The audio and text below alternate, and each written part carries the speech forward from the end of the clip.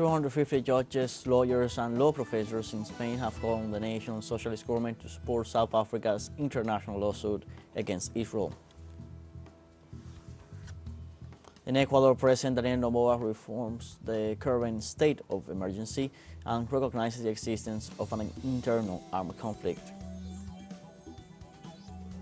In Spain, countless tiny plastic pellets have been washing up on the shores of the northern part of the country, raising alarms of an environmental emergency.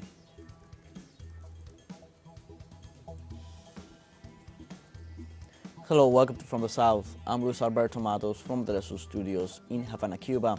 We begin with the news.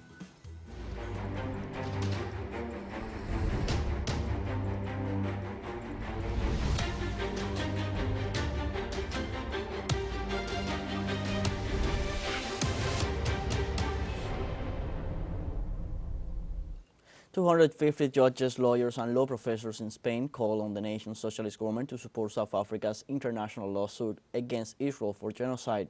The signatories urge the executive to expressly support the open case for violation of the International Convention on Genocide in Gaza, where more than 24 people have been killed by the Israeli army. The Jurist demand is in response to the call by the South African government, the Palestinian Platform of Non-Governmental Organizations, and the Palestinian Committee of Human Rights Organizations to the third states to join this important initiative. The first hearing of the case will be held next Thursday in The Hague, and where a request for interim measures to reduce Israel's ability to continue bombing and carrying out military operations in the Gaza Strip will be considered. Bolivia and Malaysia have already joined the demand presented by South Africa last December 29th. The League of Arab States and the United Nations said on Tuesday they are working on a request to grant the State of Palestine permanent membership within the international organization. Palestinian permanent representative to the United Nations, Riyad Mansour, said that the obstacle is in the Security Council, adding that they need to find a solution to that obstacle and remove it from the path so that the State of Palestine assumes its rightful place as a member state of the United Nations. Mansour and others briefed journalists in New York, adding that the group asked for an open meeting of the United Nations Security Council to discuss the war in Gaza this coming Friday. He said a slew of meetings are scheduled this month, and the group is enjoying momentum. He stated that their three objectives include a ceasefire, humanitarian assistance up to scale, and the stop of forced transfers. We had a very important other issues which were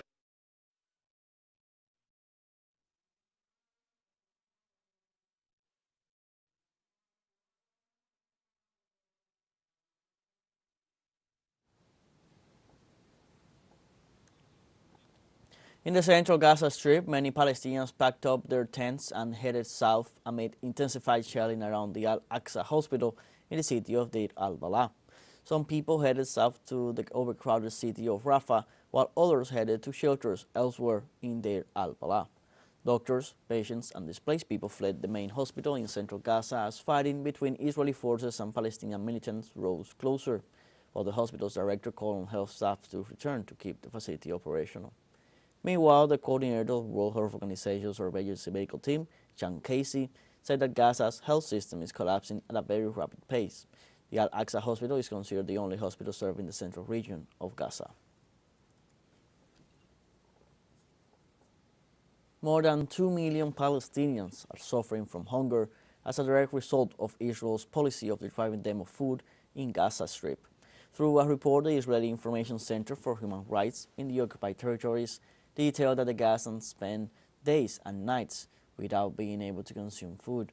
The document also points out that the inhabitants depend entirely on supplies brought from outside due to the crop fields, factories, and warehouses destroyed by the Israeli occupation.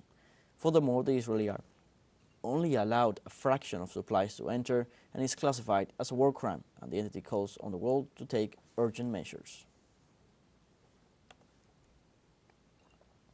The government of Algeria called for the convening of the United Nations Security Council in view of the danger of Israel forcing a mass exodus of Palestinians from the Gaza Strip. As a non-permanent member of the organization, Algeria suggested holding a session on January 12th to address the threat of forced eviction. In recent weeks, several Israeli officials, including national security and finance officials Itamar Ben-Gvir and Bezalel Smotrich, respectively, have called for evicting the Palestinians from the Gaza Strip and populating the territory with Israeli settlers. According to the United Nations, 1.9 million Gazans have been displaced inside the besieged Palestinian enclave.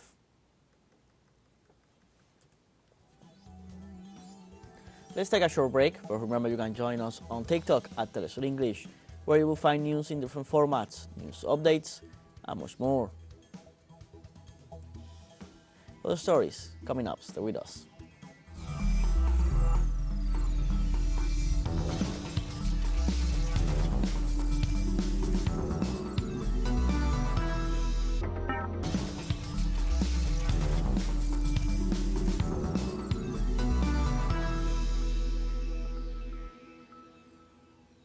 Welcome back from the South. In Ecuador, President Daniel Noboa issued on Tuesday an executive decree which reforms the current state of emergency and recognizes the existence of an internal armed conflict. The president ordered the immediate mobilization and intervention of the armed forces and the police in the national territory.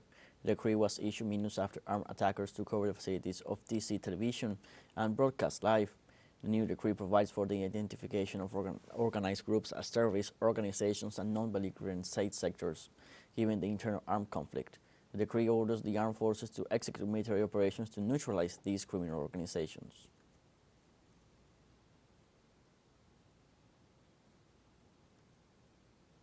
And in this context, on Tuesday, chaos and panic took over the city of Guayaquil after irregular armed groups stormed a university campus, a television channel, and forced the evacuation of businesses in the center of the city. Through social media and local media publications, videos are reported showing the moments of terror experienced by citizens in the midst of the security and violence crisis in this South American country.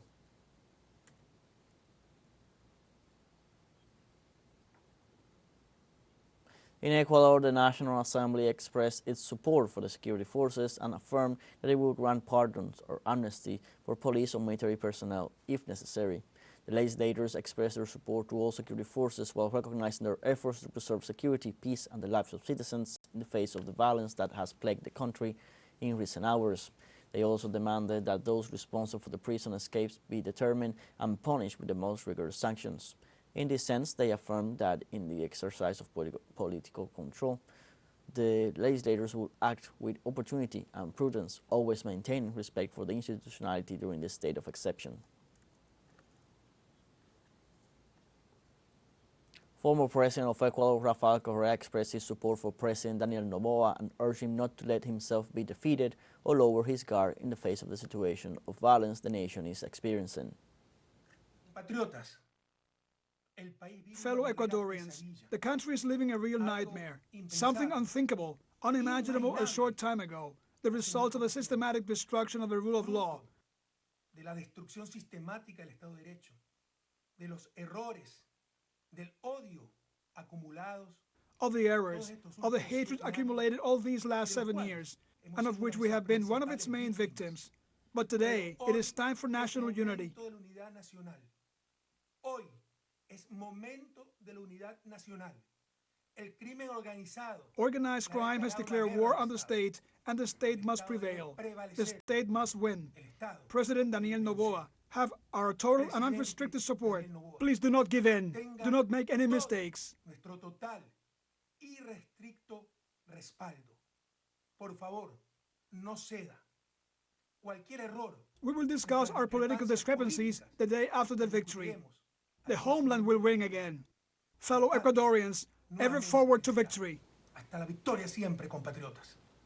In Venezuela, the remains of General Domingo Antonio Cifuentes arrived at the National Pantheon. In a solemn ceremony attended by President Nicolás Maduro, the remains of the general arrived at the mausoleum of the liberator Simón Bolívar, where several acts were held in commemoration of his deeds. On the occasion of the 111th anniversary of his physical departure, high-ranking officials highlight the historical legacy of General Cifuentes, who played a decisive role in the expulsion of the English rule from Venezuelan territory. During his speech, President Nicolás Maduro highlighted the contribution of General Cifuentes in defense of Venezuelan territorial integrity.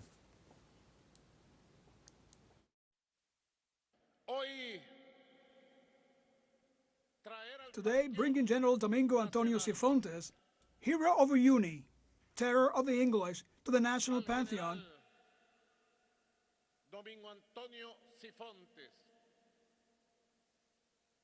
héroe del Cuyuní, It's the greatest justice we can do to vindicate a good man who defended the homeland above any circumstance, difficulty, or pain. Para reivindicar a un hombre bueno que defendió la patria por encima de cualquier circunstancia, dificultad o dolor. Who loved his land, who loved Venezuela, and demonstrated his love in battle.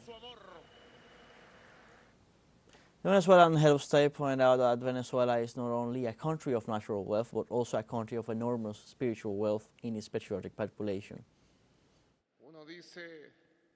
One says that our Venezuela has not only gold, not only diamonds, not only oil, gas, huge natural resources.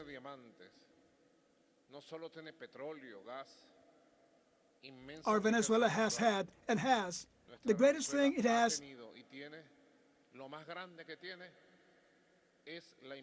is the huge spiritual wealth of its patriotic men, of its patriotic women, of its brave people.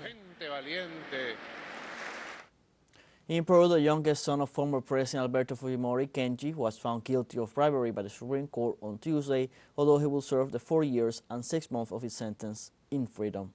The highest court ratified the sentence of a previous court that left the sentence of 4 years and 6 months pending ratification by the court that gave its final ruling on Tuesday.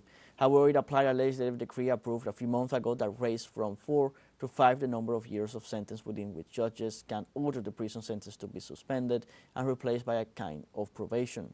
The prosecutor pointed out that Kenji Fujimori offered congressmen of the pro-Fujimori party, led by his older sister Keiko, public works and perks in exchange for not voting for the vacancy or impeachment of the then neoliberal president Pedro Pablo Kuczynski. We have a second short break coming up, but before we invite you to join our WhatsApp community for our English-speaking audience. You can scan the QR code on screen to join directly and share the link to reach more people. Constant news coverage of Latin America and the Caribbean as well as the rest of the world. Stay connected and informed with TeleSUR. Final short break, don't go away.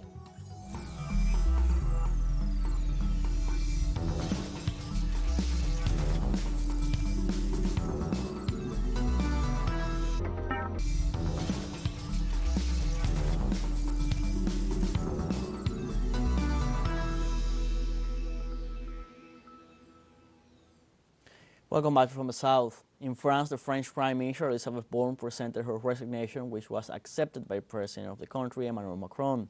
Borne, 62 years old, served as Prime Minister of France since May 16, 2022, being the second woman to hold the post, after Edith Cresson. Through his account on the social media X, the President thanked the minister for her performance. In this regard, the Élysée Palace announced that the Prime Minister, together with the members of her cabinet, would continue to deal with the current problems until the appointment of a new government.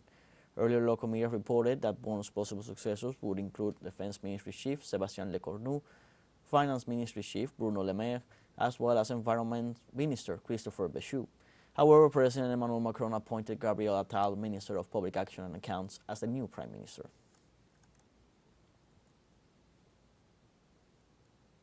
As soon as the appointment of Gabriel Attal as the new Prime Minister of France became official, deputies from across the political spectrum reacted in the main hall of the National Assembly. Basically, he's a new avatar succeeding an old avatar, and Emmanuel Macron is, in a way, succeeding himself. What does the appointment mean?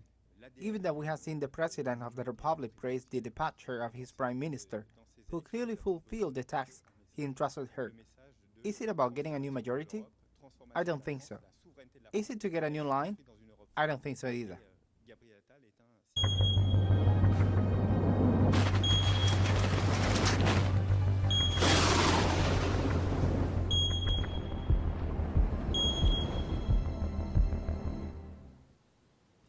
In Spain, countless tiny plastic pellets have been washing up on the shores of the northern part of the country, and local authorities declared an environmental emergency on Tuesday.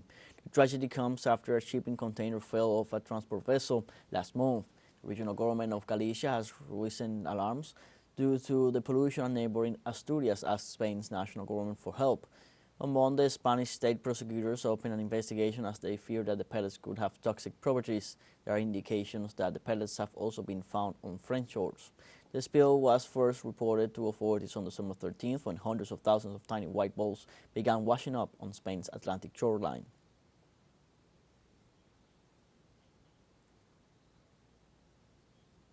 In Belgium, authorities initiate plans to help homeless people over the winter. Working with homeless organizations, the plans aims to provide optimal shelter for people in Brussels to get through the winter safely. The extreme cold plan allows organizations operating on the ground to open new shelters for the homeless. In total, 145 additional places with a capacity of 100 people will be provided on top of the existing shelters in Brussels. They will be open for a month, 24 hours a day, and will welcome applicants for a week while this storm, which can be extremely dangerous for people on the streets, passes. Several organizations will meet on Thursday to agree on measures and discuss increasing the number of places in existing shelters. Some shelters are already at capacity. In Japan, authorities are urging people to take extreme precautions in the face of a rain and snowstorm that has hit the country after the 7.6 magnitude earthquake on January 1st. The Noto Peninsula and its surroundings are experiencing persistent seismic activity about a week after the earthquake that has left at least 180 people dead. Meteorological authorities are urging caution as the storm could cause landslides and avalanches or lead to the collapse of already unstable houses. Caution also applies to the 28,000 people who remain displaced and the thousands of households that continue to experience power outages in freezing temperatures.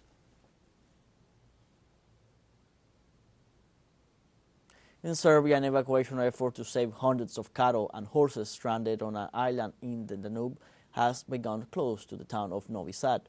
The cattle, the Podolian type famed for their long horns, as well as dozens of horses, were stranded on the Krediška Ada island, some 40 kilometers northwest of the capital Belgrade, as the water of the Danube began to rise. As the levels of the river grew higher, the animals were effectively cut off from mainland, unable to walk to the shore.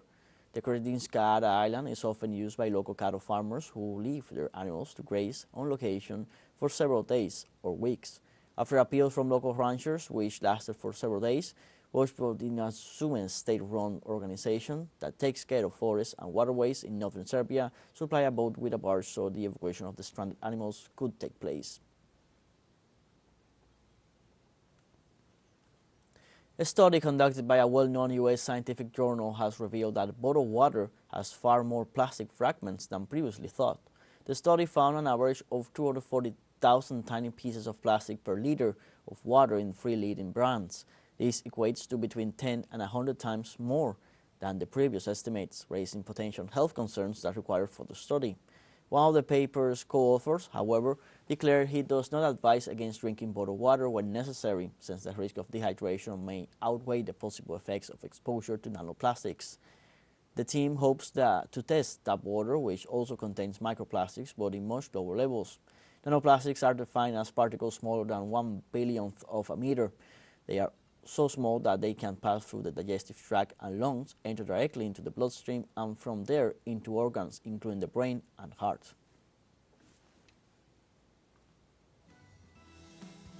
We have come to the end of this news brief. You can find these and many other stories on our website at telesurenglish.net. You can also join us on our social media on Facebook, X, Instagram, Telegram, and TikTok. For TeleSUR English, I'm Luis Alberto Matos. Thank you for watching.